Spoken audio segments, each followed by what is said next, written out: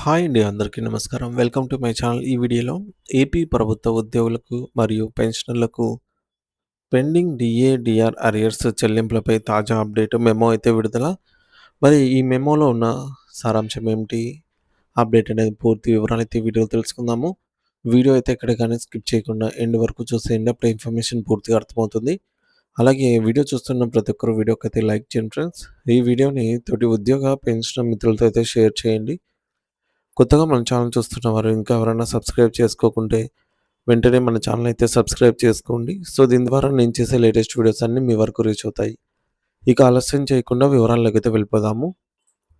Friends, ఇక విషయానికి వచ్చినట్లయితే ఆంధ్రప్రదేశ్ రాష్ట్ర వ్యాప్తంగా ఉన్నటువంటి లక్షలాది మంది ప్రభుత్వ ఉద్యోగులు మరియు రిటైర్డ్ పెన్షనర్ల పాలిట ఒక ఆశాజనకమైనటువంటి వార్త తాజాగా అయితే విడుదలైంది. ఒక అధికారిక మెమో రూపంలో మన ముందుకు వచ్చేసింది. ఆంధ్రప్రదేశ్ ప్రభుత్వ పాఠశాల విద్యాశాఖ నుండి అత్యంత కీలకమైన ఉత్తర్వు సమాచార మార్పిడి జరిగింది. ఇది ఉద్యోగుల ఆర్థిక సమస్యల పరిష్కారానికి ఒక అడుగు అనైతే మనం భావించవచ్చు. ఈ మెమోను పాఠశాల విద్యాశాఖ డైరెక్టర్ శ్రీ ఎస్ విజయ రామరాజు ఐఏఎస్ గారైతే మంగళగిరిలోని తన కార్యాలయం నుండి వెలుగపూడి సచివాలయంలోని పాఠశాలకైతే పాఠశాల విద్యాశాఖ ప్రభుత్వ కార్యదర్శికి పంపడం జరిగింది. ఈ లేఖలో ముఖ్యంగా ఉద్యోగులందరినీ వేధిస్తున్న ఆర్థికపరమైన చిక్కుముడులను విడదీయాలని, పెండింగ్లో ఉన్న బకాయిలను వెంటనే చెల్లించాలని కోరుతూ స్పష్టమైన విజ్ఞప్తి చేశారు.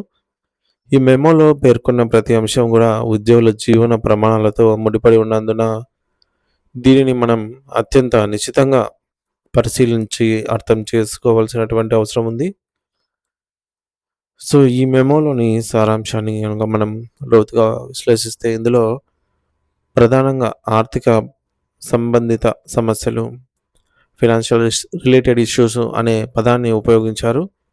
అంటే దీని అర్థం ఏమిటంటే కేవలం ఒక్క డిఏ మాత్రమే కాకుండా ఉద్యోగులకు రావాల్సినటువంటి జీపీఎఫ్ నిధులు, ఏపీజీఎల్ఐ బకాయిలు, అలాగే మెడికల్ రియంబర్స్మెంట్ బిల్లులు కూడా మరియు సరెండర్ లీవ్ బిల్లులు వంటి అనేక రకాల ఆర్థిక అంశాలను ఈ లేఖలో ప్రభుత్వం దృష్టికి అయితే తీసుకెళ్లారు.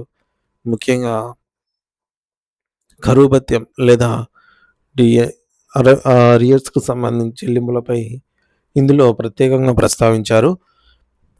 పెరుగుతున్న నిత్యావసర ధరల నుండి ఉద్యోగులను కాపాడటానికి ఇచ్చేటటువంటి ఈ భత్యం ఎంతో కాలంగా పెండింగ్లో ఉండటం వల్ల ఉద్యోగ కుటుంబాలు ఎదుర్కొంటున్నటువంటి మానసిక మరియు ఆర్థిక ఒత్తిడిని ఈ లేఖలో పరోక్షంగా ప్రతిబింబిస్తోందని చెప్పొచ్చు.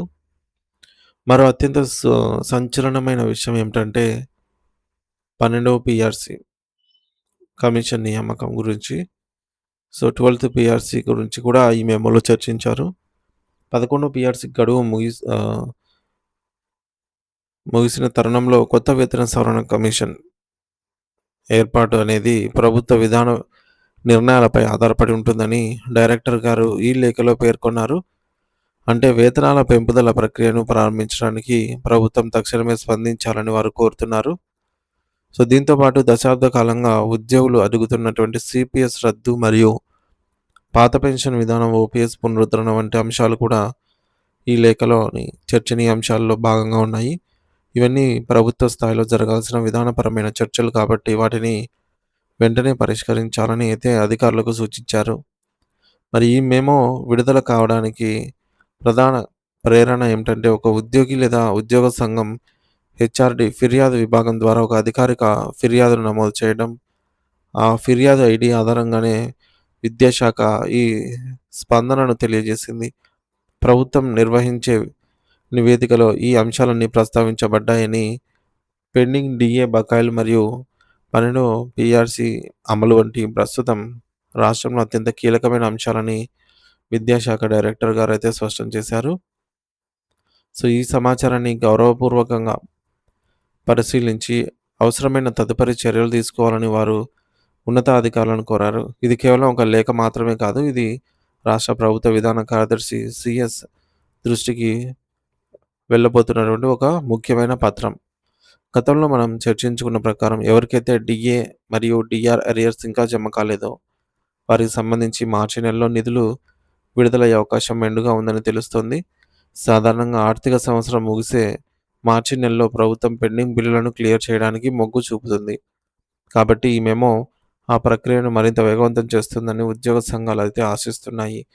విద్యాశాఖ నుండి వెళ్ళిన ఈ లేఖ ఆధారంగా వచ్చే నెలలో కనీసం 1 లేదా 2 విడతల డీఏ బకాయిలు ఉద్యోగుల ఖాతాల్లో జమ అయ్యే సూచనలైతే బలంగా కనిపిస్తున్నాయి.